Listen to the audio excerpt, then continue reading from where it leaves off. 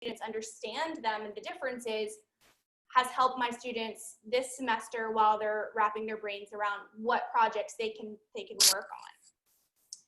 And this, I know, is a lot of words on a screen. I'm sorry, I've broken every PowerPoint rule that there is, but it is important stuff. So when we think about how we want our service learning projects to be intentional, purposeful, and beneficial for our students, we have to kind of include these 3 different categories. It needs to fit within the UNIV curriculum. We also want it to hit those NACE core competencies and the Forbes list of top skills that are in demand for jobs, because that's what we want for our students. We want them to be educated, but we also want them to graduate and find a job afterwards. So a lot of these correlate together. It's things we have been discussing for our textbook, making sure that these things are in alignment. And because we're aligning these things in our textbook, I thought, well, we should certainly align these with our projects as well to help students see, if they're not really sure why making a short film about domestic abuse and being aware of it, they're not sure how that's going to help them get a job later, we can show them directly. These are the skills that you'll be learning. These are the skills you can put on your resume. These are the things that will make you marketable, and you have a deeper understanding of this topic that we want you to learn from UNIV as a first-year student. So you don't have to memorize all of these, but you'll notice that a lot of them are similar, right? We have, diversity, global intercultural fluency, cultural intelligence, diversity and inclusion. I like the inclusion part here because it, reflects things like ableism and things our students are going to need to be more and more aware of. So the next part, I think it works really well for service learning if students create some kind of product, because it helps them really hone in on those skills in a practical way that isn't simply theoretical. They get to make something, they get to create something, and they understand that. Whereas we might be looking more at their reflection, how they thought about this process, what they feel like they learned.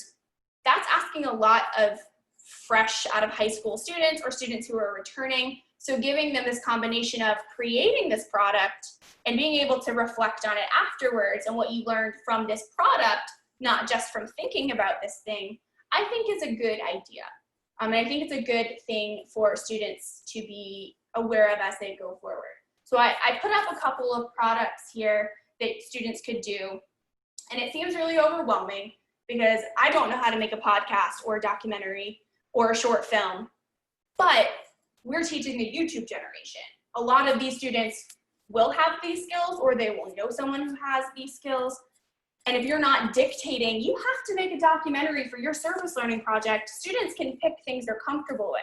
Maybe someone in their group is good at editing video. Maybe the other person is good at talking to people that they don't know necessarily. So it can still be a really collaborative project to create these products. So, and I'll go back for a minute.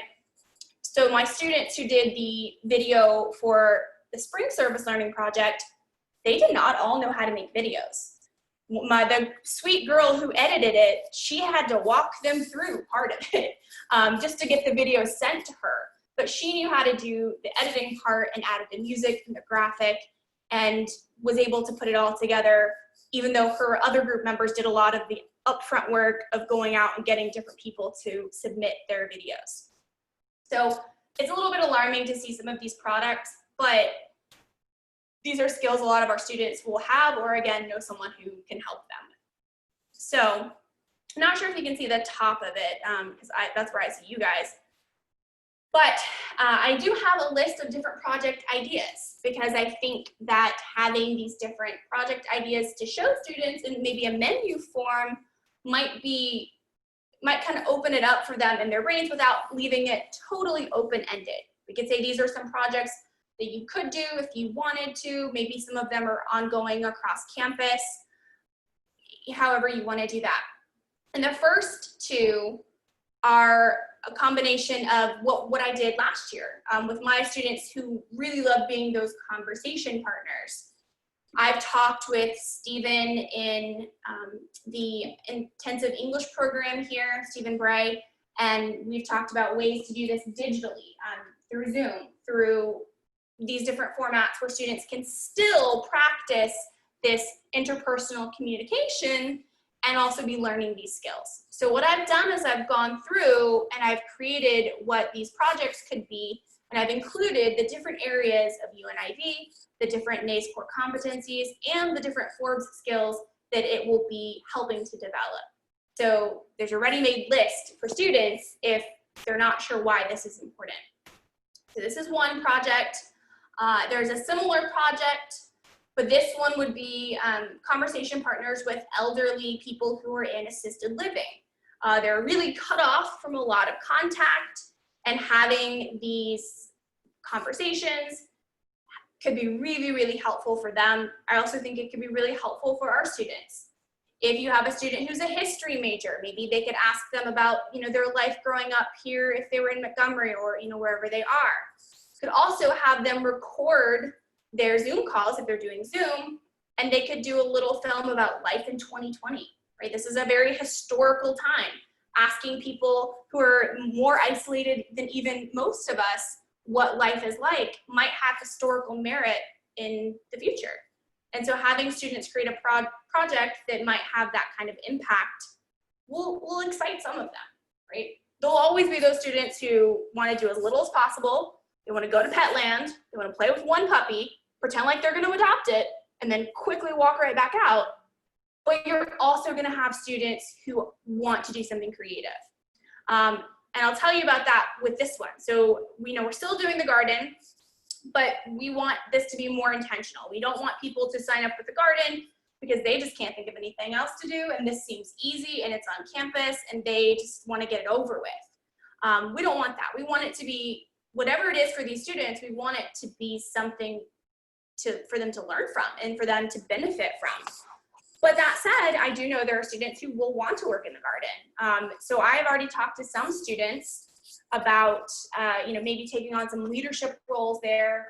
They'll be doing some scheduling. They'll be writing a proposal for UNIV funding for, planting different vegetables. And then here are again all of the UNIV, the core competencies and the skills that could be learned from doing a project like this. And I will say, 30 minutes ago, right before our session started, one of my students who had already told me he wanted to be involved in this project in the fall, he's one of my current UNIV students, he emailed me and he said, I had a crazy idea. The housing Zoom did a cooking show, or the housing department did a cooking show through Zoom the other day. Wouldn't it be really cool if we could grow the vegetables for them to do that in the fall? And we could be a part of that, cooking show through Zoom. So our students are having these ideas and they're having, this urge to participate and to be involved. And by giving them the avenues, we're going to be really helping them become more innovative and more, self-driven on their own.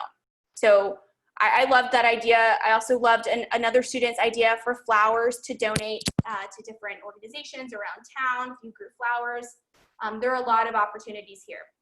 And I did add this little note at the bottom that God bless them, they'll have a lot of work to do. I've killed every single thing growing in there except for all the weeds, of which there are many. So it'll be very interesting to see how that works in the southern heat. One of the ideas that I had that several of my students have already mentioned, wishing they had this resource, is having almost like a little movie trailer or an advertisement for some of these clubs and organizations on campus. A lot of my students know that, we have so-and-so's club, but they have no idea what they do, if they meet regularly, if there's any benefit to joining, are they even an active group anymore? So we could have our UNIV students start making these short little, almost like public service announcements or, movie trailers for these clubs so that students can see them really quickly.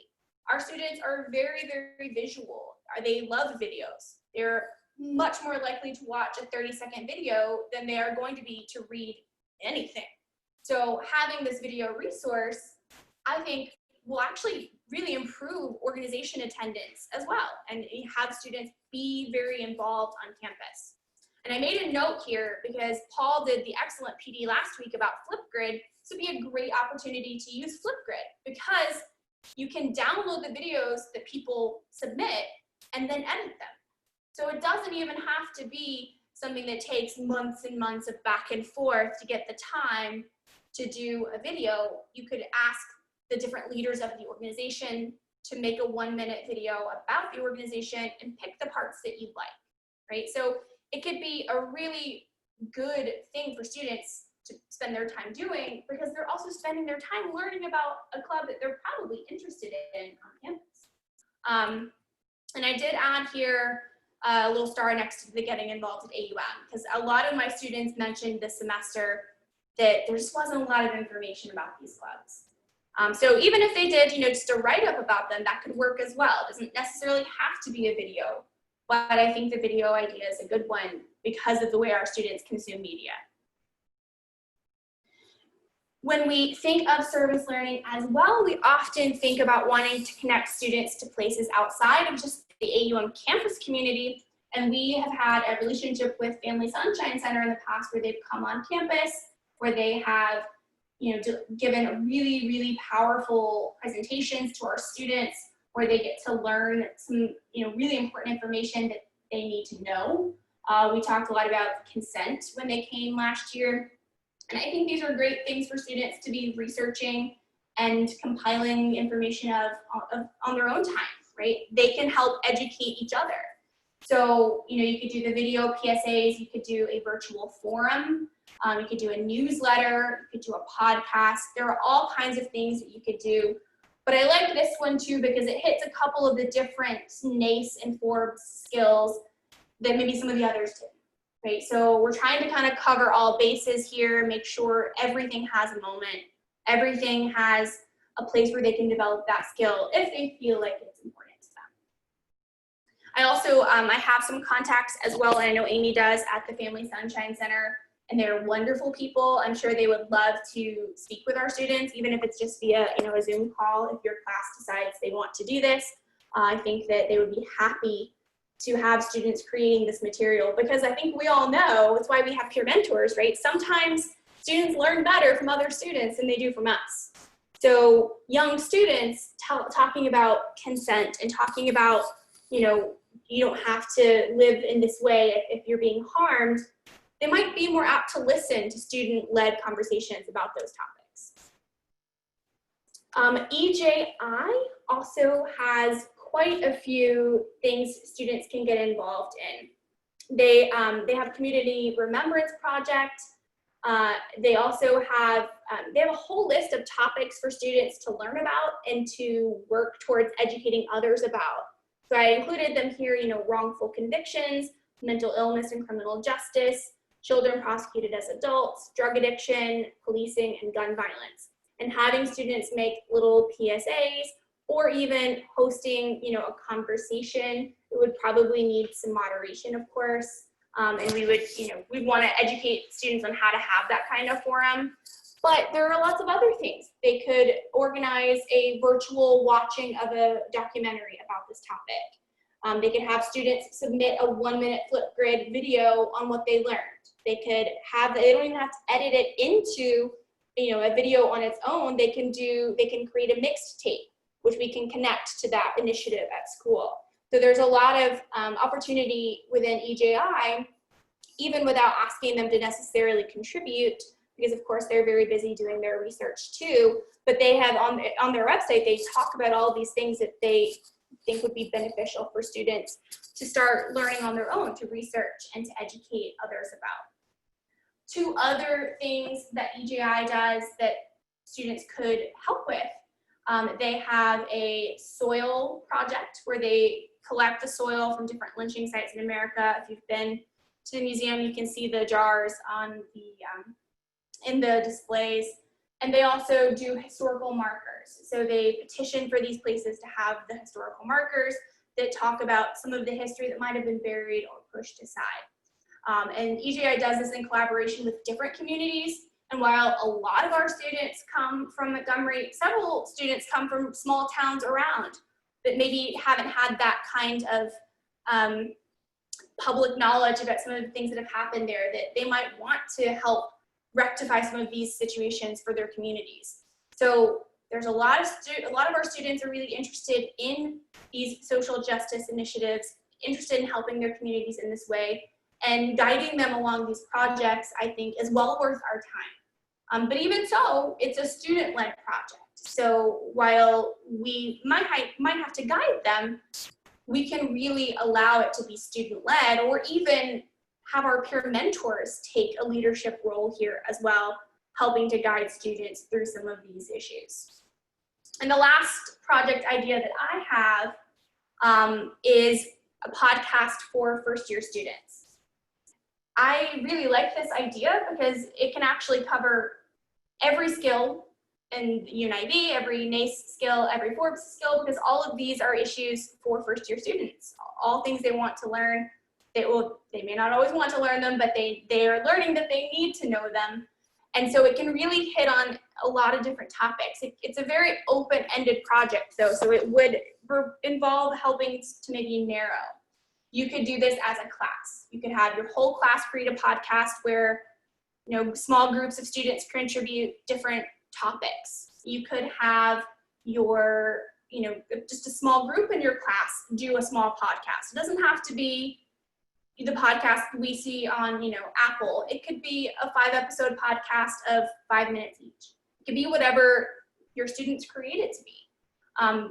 But they're probably going to have more pride in what they've created at the end than that student who went to Petland and played with that puppy, right? They're going to have something to show for it. And I think it's going to help them feel like they've learned something, right? They've really delved into their own education in a very proactive way here. So like I said, this one really hits everything, and you could even have students in multiple classes, you know, doing different topics. And the great thing about it is if you have 4 different groups talking about time management, you're probably going to have 4 totally different ideas about how to manage your time. So it's not even as though students will just completely, you know, redo the same exact thing as other students, because we would ask, hopefully, you know, that they really give their perspective. You could have either a whole podcast or a whole episode about being a first-generation student. What are some things that first-generation students come in wanting to know? And even if they don't have the answers yet, they can pose the questions. And I think it's a pretty open-ended project, but it has a lot of potential. So now's when I was going to put everyone in groups, but first I'll ask if anyone has any questions so far. I don't usually talk this long without someone interrupting me, and it's a little bit nerve-wracking. No questions. Okay. So then I would ask Amy if you would put everyone into those breakout rooms. So we're going to put you in breakout rooms in groups of 2, and I'd like for you to come up with an idea or 2 of your own that might include some of these skills, even if you don't memorize all of them, you know, things like diversity and technology, creativity, things like that. When we come back, we'll share. Hey, Heather. Hey. Can you hear me? Yes, I can. Can I ask you one thing? Sure. Okay, so I'm curious, the previous slide that you had where the people had the soil in the jars, like how does that work? Can you just real quick just say something about that? Sure. Like, do people take jars to places and then put soil in them, or you bring the soil to the EJI, or how does that work? So that would be something, I'm not totally sure of that question. This would be something we would want to talk to EJI about, because I'm not sure what their process would be. I imagine they would need some documentation that this was a legitimate site. They would want to know, you know, the evidence or the testimonies, because they also like to include that in their memorial and in their museum.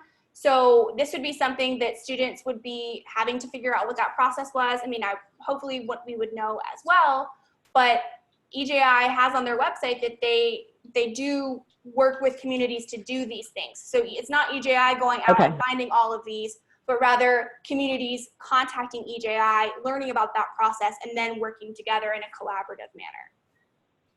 Oh, and I see Paul's already put like the link for it down there. So thank you for that, Paul. Of course. Okay, all right, I'm sorry to interrupt. So go ahead with what you were doing. Go ahead. I'm waiting for Amy now, I think. How long do you want people to be in the breakout rooms? So we'll just do it for about 5 minutes. 5? Okay. And there we go. Did everybody get the, yes.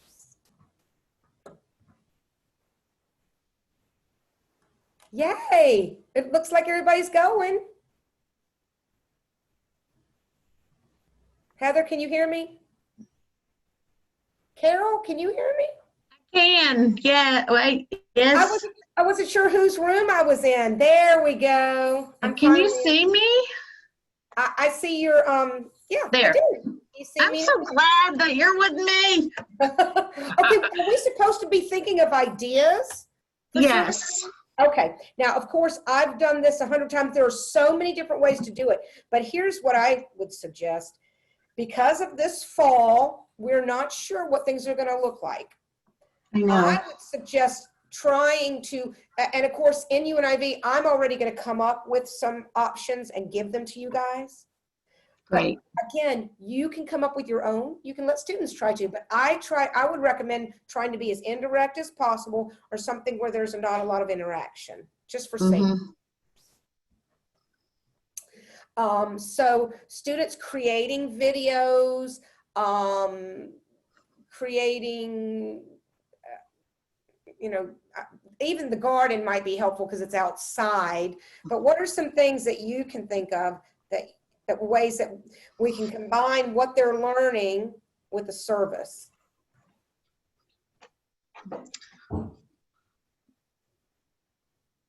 course, I always think of what they can do for the Early Learning Center. I also think that too, but obviously they can't do a lot because of COVID. But what can they do? Can they create materials? They absolutely could. They could create materials for I mean, like little games that the children can play, like board games that have a lot of the things that we have are very, very old. And so and when I say that, I mean, you know, when we're trying to teach the TH sound and everybody wants to do the thimble, well, nobody knows what a thimble is anymore. They don't. You know what I mean? And so, yeah, you hold up the picture and nobody knows what a thimble is. Well, and maybe they could create little videos to say hi or sing songs virtually. Could they connect via Zoom and do a little lesson? We might have some education majors, even not in your class, but some that want to start as a freshman engaging with students. So maybe join via Zoom because you know the children used to come to the library and I would read to them all the time. I know. I don't think that they can still do that now. No. So but maybe via Zoom we can read stories. Absolutely, library stories, read stories. Would that be considered the service learning? Well, it would, because first of all, they're doing a service, and then learning, they would be, you know, it would be presentation skills, they would be interacting. I love that. And here's the other thing, I think the students would need to arrange it. They need to reach out to the director of the EC, your center, plan it, come up with all, you know, I think that would be a great thing for them to learn how to do, especially as a first-time freshman. It's going to give them confidence. It's going to build those skills. I think that's great. Well, I wanted to say to Heather, I sure wish they would grow some pumpkins. We so need pumpkins when it's Halloween, and we, you know. Well, they can't tell them. We just need to get some seeds, and we could see. I took over the garden a year ago. I did it all by myself, and then my husband came and we tilled it. We planted beans and squash and tomatoes. They grew and then they got eaten up. And then Heather took it over. She did a great job. Yeah, from bugs and things. And then she did a good job. And then it is so hard keeping bugs out and keeping the weeds out. And yeah, we can't put any kind of pesticide or we can. What do you call it? Absolutely. It's got to be organic and natural and whatever. Yes. All right, time is up for the 5-minute. Do you want to close now? Okay. Okay. I don't know how to do that. Well, it's because I set it up. Oh, okay. So you're closing me? Well, do you see the countdown? Yeah, we're going back now. Okay. How's it going? Hey. Hi. I think it's the first breakout rooms that I've like actually see go through its whole thing. This is great. Yay. I was in a room by myself. Oh no. Oh, Sam, I'm so sorry. I said, you know why? Because I'm a host. I didn't realize that. And Heather and I was thinking, will you forgive me? Oh yeah, that's no problem. What happened, Sam? Were you in a group by yourself? I was. We have an even number, but Heather, what happened is you didn't go in one and I did, so she was the odd man out. I did Heather went in a go group. one. You did? I was in one. Yeah. Was that the last one to come? I counted 2 per room, and we should have had 5 breakout rooms, and I saw all the people. So how many people were alone? Anybody besides Sam? I wasn't alone. Mm-mm. Sam, we'll make it up to you. It's always me. I'm Sam. the troublemaker. Well, it was a very strange experience being put into a breakout room because I've never had that happen to me. I've always just been the person who did that to others. So I for a second I thought, oh no, I've been kicked out. that's what I thought too. I don't know what happened. Maybe because we're the co-hosts and something happened. So I do apologize, Heather and Sam. Oh no. You know, that's a good teaching point for us. I wouldn't have thought about that'd be an option. So I think that is an issue. So Yeah. I'll double check that. So I'd like to maybe go through the group. So Amy, you said you were in a group. Who were you in a group with? With Carol. And Okay, now so- I can't see you guys. Oh. We see you now. I see you. Oh, let's see, project ideas. We see you. There we go. We have a great idea, and I'll let Carol share. Carol, do you want to tell them? I'm sure. I told Amy that, of course, I think of things that students might do for the Early Learning Center. And we came up with, the children love for people to read books to them. And we're not able to go to the library anymore. So if a student wanted to reach out to my director, Laura Wildman, and set up a time that they could maybe do a Zoom and read some books and possibly make some games. I told her that a lot of our things are antiquated in here, and that if they could make some things that the children could do, make some materials and come up with some ideas that the kids could play. Really some physical things would be good too.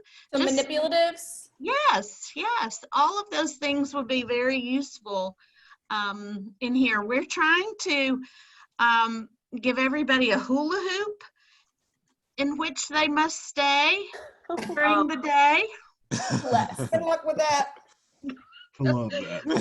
They're getting better at doing a hula hoop, but they're not really, We all should do that. It's really funny seeing a 3-year-old do a hula hoop. I had no idea they had the skills. But I think that's a great project. yeah, so something for the children over here. And I was telling Amy, I said, we so need pumpkins. Every year we're like, oh, we need pumpkins. Well, Shelley can grow you some, and Heather, and the community garden. Yep, that's what we said. Yeah, not me. I'll kill them all, but and, make sure that doesn't happen. So thank you. That's a great idea. I had thought of something similar, but not nearly as good. And I think that's why it's useful. I felt a little silly putting everyone in breakout rooms, like it's class, but I wouldn't have thought of all those great ideas. So I've written them down, and I might add some of the competencies that go with it, just so that it's all done for you, because I know you have a lot of other stuff to do. But I love that idea, and I'll be reaching out to you about that, because I think we have a lot of students who are early childhood who would love to do something like that. So I think that's One of great. my UNIV classes a couple years ago, we actually did that. We came over, we made an appointment. I'm not sure if you were there at that time, Carol, but we came over and we read to the student. We had a couple different groups kind of break out. Some of them read to the students. Some of them went outside to play, or they just sat down and had conversations, or they colored with them, because a lot of the students in my class that year were the early childhood majors And or our education kids majors of just some kind. Yeah. just really need some, you know, adult attention. And not that we don't give it to them, because we do, but I mean, you know, new adults coming in, they want to show them everything. So. Yeah, social interaction, right? All right. So Sam, did you have any ideas that you wanted to share? Love that. Well, I had done the early childhood one. But something I was thinking of doing with my students, because I had kind of the same problem you had, where I just gave them too much to do, you know, and gave them a little, because I had a really big class last time I taught, and they all had some really good ideas, but it just kind of got, you know, out of hand a little bit. But I'm trying to think of things where we could incorporate like the actual service learning, where they're doing something but actually learning through it.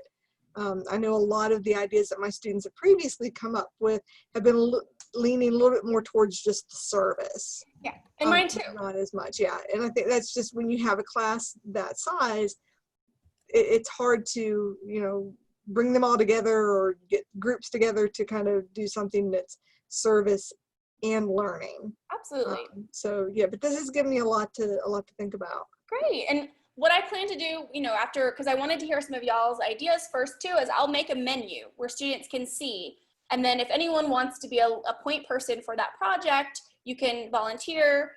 So I will be doing the conversation program as well as the garden again. But if you have something you'd like to do, then you can let me know, and you can maybe, you know, you or your peer mentor, if you have it, can kind of be the point person for that project. So if I have some students who want to do this project, they have a faculty advisor that they're connecting with another person in the university. They might even be connecting with another peer mentor, which is great. But, you know, that way it's not on all of us to know everything about every project, because that could be really a lot. So yes. Paul, who was in your group? Paul Arrington. I was in with Lynn, and one of the things that I've been thinking about since I've got the group that's kind of geared towards the College of Business majors is I think that it would be really great to get some students together to go visit with some professors and come up with basically a little, kind of like what you mentioned with the clubs and organizations, have them go to a professor in finance, another one in marketing, and basically make a little kind of PSA about this is what this major is. Because I have a lot of students that'll come in and, well, I'm general business because I don't know what these other ones do. And so I think, and then that's something that the current students are already learning about that. And then you can also use that again later. And some of these students may not have those professors for a few semesters. And so you're already creating a relationship there that also on the university side can also be a retention tool. But that really gets some information in the hands of students that could be helpful. Right, and it also provides a service not only, you know, for the students who are completing the project, but future students who come in, they'll have that resource ready made, which might really be helpful. Yeah. Very good. Lynn, did you have anything you wanted to add to that? Well, and y'all know honors, they already have a requirement, but I guess there are two things that I'm considering. One of them is they've really got to learn the lesson you were talking about service versus, I loved your analogy, like, and I would love to use that, maybe have that slide, but where you said, you know, just going out and collecting insects might be service, and doing research on them might be just research, but then service learning is doing all of that together. But two things, maybe this UNIV does have their own service learning project. The other one is maybe they make a plan for the service they have to do for honors. What are the goals, like the NACE things? What are they trying to build as they go through their 4 years? So absolutely, I love that idea. One I thought too, you know, I didn't list the food pantry on one of mine, but food insecurity and, you know, how prevalent that is, you know, a student-led public service announcement about that might work really well. If another class wanted to do that, they could, you know, give you that property to honors, and you guys could share that information as well. So there's a lot of potential for sort of cross-department connections, I think, as well. So Sissy, did someone have something to say? Food insecurity, you say? Yeah, that was ours, food insecurity. Oh, okay. Well, there we go. So Sissy and Michael, can you share with us anything else you guys had about that? Go for it, Michael. Oh, I don't know if I'll do justice to. Yeah, you will. Come on. But, you know, Sissy and I were concerned about, you know, we're concerned about mock. We're concerned about, you know, where do they go? Because a lot of these places are, you know, shutting down. A lot of these churches that are providing services are closing their doors. So where do they get that's their 1 or 2 meals that they get a day. Where do they get that? And I'll need to, of course, you know, call the Mercy House to see how they're handing out toiletries and stuff like that. And something similar to what, you know, some of your classes, or at least a group in your classes have done is, you know, putting together packages, toiletry packages for students, and also putting together meals. And then some of us would get together on a bus and go out. And once I talked to Lydia and stuff like that over at Mock and see where she would know where people are generally congregating. Now, we don't need to go in the midst of that, but where we can drop these meals off, or maybe we can give these to her and she knows where to go. That could be a direct service where, you know, you do have some minimal contact, or indirect where you have the students taking them to a central location as well, which still is serving that community, which I love. But then also that could all speak to a drive, you know, beforehand. That's some of that pre-workers, the drive that you have to get those donations, not to conflict with what the pantry is doing in any way. Right. But maybe they can. Our students know people in the community and come from different locations across Alabama generally, you know, and often know church members and stuff like that can hold these drives and stuff like that at their local church or their local community center, if the community center is still open. But can do a lot of the groundwork, legwork before, so it won't conflict in any way with the pantry or before we even, you know, step into that. Hope I'm making sense. But yeah, that's just what we were talking about. Did I miss something, Sissy?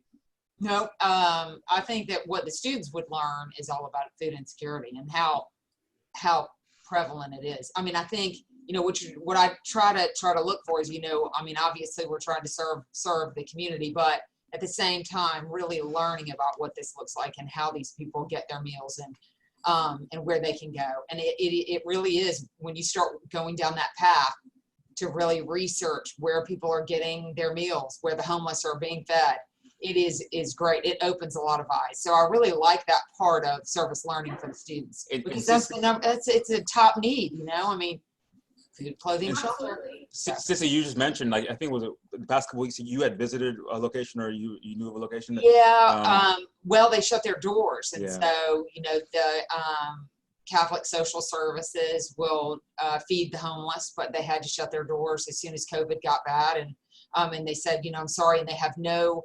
I do not know when they're going to reopen that food kitchen, and so, you know, where are these people going to get their meals?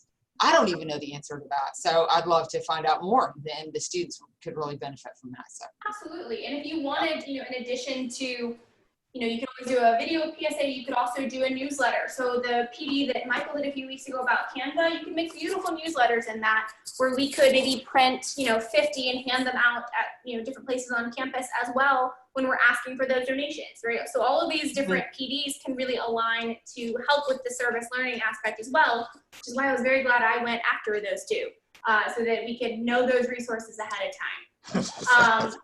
Paul Fox, whose group, or you were with Shelly? I was with Shelly, but Shelly was left by herself because Dr. Ponde called me like a minute beforehand, and I had to take that call, and I did not get off that call until we already broke out of our group. I put a message into Shelly's chat saying, sorry, I'm kind of pre. That's all right. I mean, you could have gone the other way. Like, hey, I'm on an important. Yeah, I try not to go with that. So Shelly, I'll ask you, if you were by yourself, did you have anything that you thought of?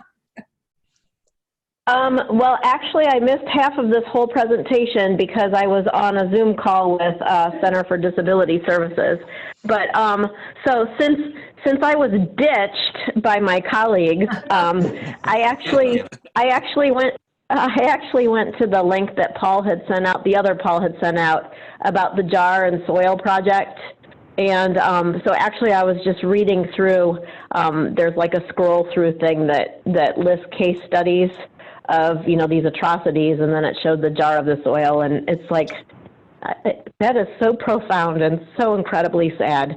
But I thought, you know, like for a project, for a class, I mean, that could be a project definitely to like go pick one of those jars. They give you the information about where it is and what happened, and you go out and you dig up the soil and put it in that jar. And man, it's like, it's upsetting, but you know, what a way to reach people. So I think that could be a project. But, and I missed out on a lot of the stuff that you guys were talking about because I missed the first half. But I think you guys know that like Lynn and I have been working on a grant to get equipment to do projects. I don't know if she talked to you guys about that or not while you've all been on here today. Did you talk about that, Lynn?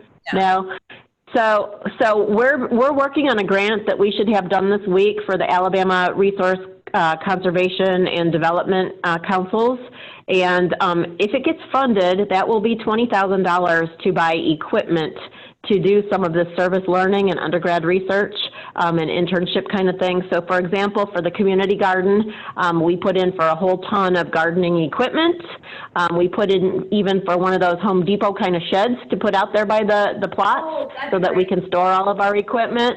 And then also like for some of the other, you know, because UNIV and honors have that service learning requirement, and our thought was that we grow food here and put it in our food pantry, right, so that they can have some healthy stuff besides, you know, ramen noodles. But also we put in for like native fruit trees to make like a native fruit orchard. And Lynn and I actually, like big girls, last night we just canned fig jam.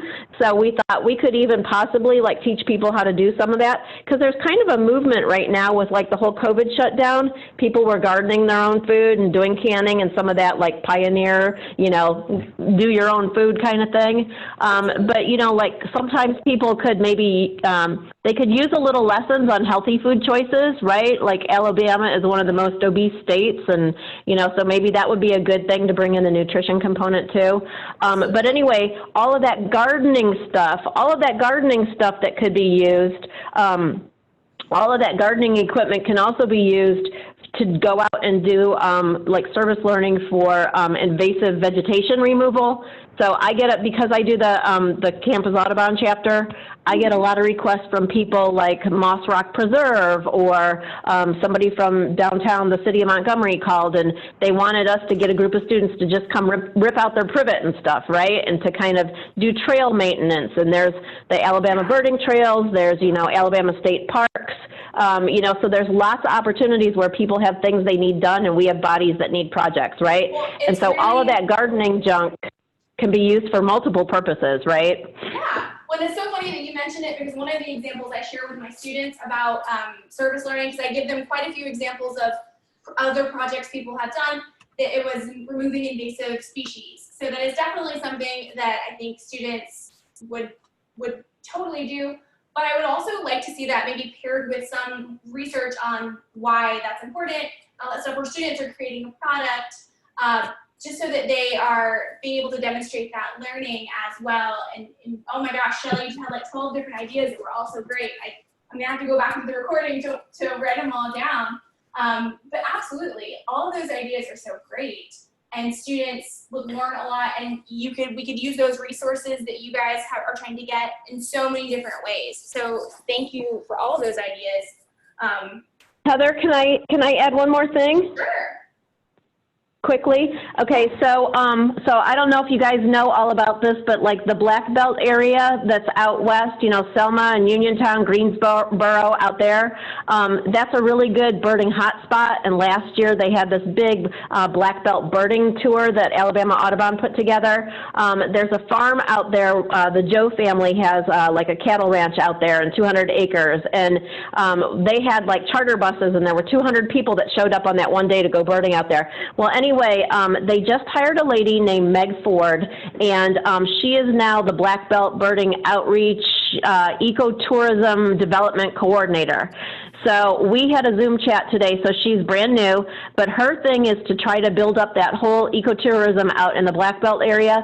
And so I told her, I said, well, we have lots of people that need service learning, that need internships, because, you know, the Audubon, it's a nonprofit, so they're going to need people to help with marketing and graphic design and informational brochures and signage and maybe trail construction, but also, like, they want to tie in this whole, like, civil rights and all of that and the Black Belt Prairie. So there's all kinds of, like, science and communication and history.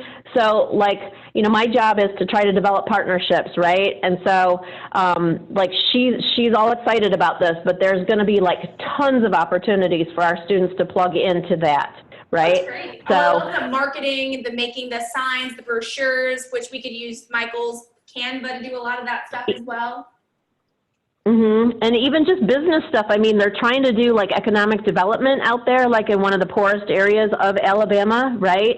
And they're trying to develop ecotourism, you know, as a way to sort of develop economically out there. So, I mean, there's people from all majors on this campus, you know, could find something to plug into there. So that's something for y'all to just kind of, you know, consider, keep in the back of your mind, you know, as you're thinking about projects, because she welcomes any help that we want to give to her. And she just got hired, I just got hired, so we're like, oh, we're newbies, but we've got good plans, you know, so we just need to make it happen. Well, yeah, and that's such a great resource for students because you did just tie in so many different majors. They're still going to be making those products, right? If they're helping with marketing, if they're making, you know, brochures, if they're helping to spread awareness about this opportunity for the ecotourism, it really does encompass a lot of different groups on campus, which I think is great.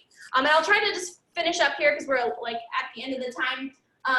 But, you know, although making the products are great, and I think it's a useful way for us to gauge our students, what we still really want to be pushing them towards is that reflection, practicing more metacognitive thinking. And a lot of those questions on the reflection do that, right? So they're starting to provoke some of those thoughts.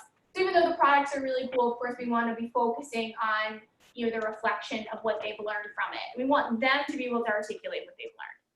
So some of the resources, like I said, I'll compile a bunch of these to send out a little bit later as I'm pulling in some of the project ideas you guys had. But for the resources, the Canva and Adobe presentation that Michael did, where we talked a lot about how to make maybe newsletters, how to make engaging documents.